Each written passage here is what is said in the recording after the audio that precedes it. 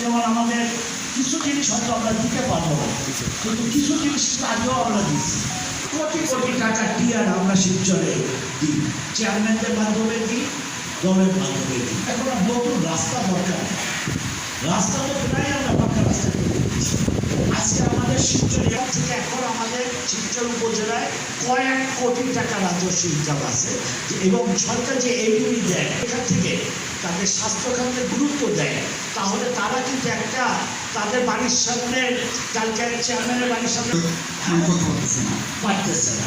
তাহলে দেখেন পাঁচচরে কয়টা কমনে দিচ্ছে, তিনটা কয়টা আপনি গেছে যারা বড় চেয়ারম্যান সাহেব কারখানা এলাকায় কে কে কখন বিক্রি, আমাদের সরকার কিন্তু হয়তো সরাসরি টাকা দেয় না।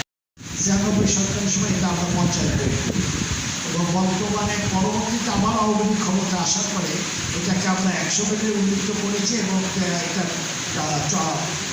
উন্নয়নের কাজ, বিল্ডিংয়ের কাজ বিভিন্ন চলমান আছে। এটা শেষ হয়ে যাবে অল্প সময়ের মধ্যে। আমাদের টার্গেট করে জুন পর্যন্ত আমাদের আছে। জুনের কাজ যদি শেষ হয়ে যায় তাহলে আমরা ১০০ বেডের কার্যক্রম হয়তো আমরা এই বছরই শুরু করতে পারি।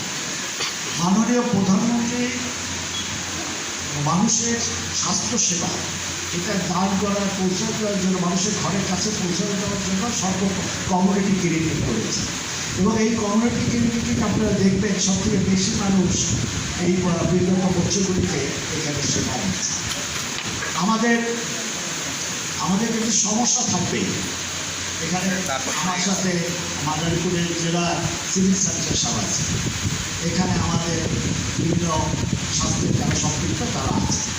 সমস্যা কখনোই শতভাগ সমাধান হবে না। ৩৯ বেডে হসপিটাল ১০০ বেড হওয়ার পরেও চাহিদা আরও থাকবে। যেখানে ২-৩টা প্রাইভেট ক্লিনিক ছিল সেখানে আজকে প্রায় ৩০টার মতো থাকার পরে আরও চাহিদা আমাদের থাকবে। বাংলাদেশে কমিউনিটি ক্লিনিক ছিল না, আজকে শিবচরে ৪০টা কমিউনিটি ক্লিনিক আমরা করেছি। তারপরে রোগীরা অনেকেই কমিউনিটি ক্লিনিকে না যেয়ে বিভিন্ন ওষুধের দোকানে যেয়ে প্রেসক্রিপশন দিচ্ছে।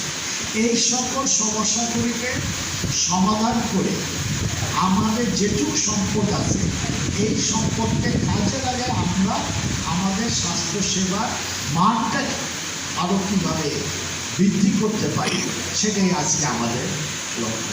আপনাদের যে হসপিটালের জন্য যে জনবল সমস্যা থাকবে, এসএমএসে আমি এমপি হওয়ার পরে ২বার এনে দিয়েছি, আমি মনে হয় ২বার এনে দিয়েছি, ২বারই নষ্ট হয়ে গেছে।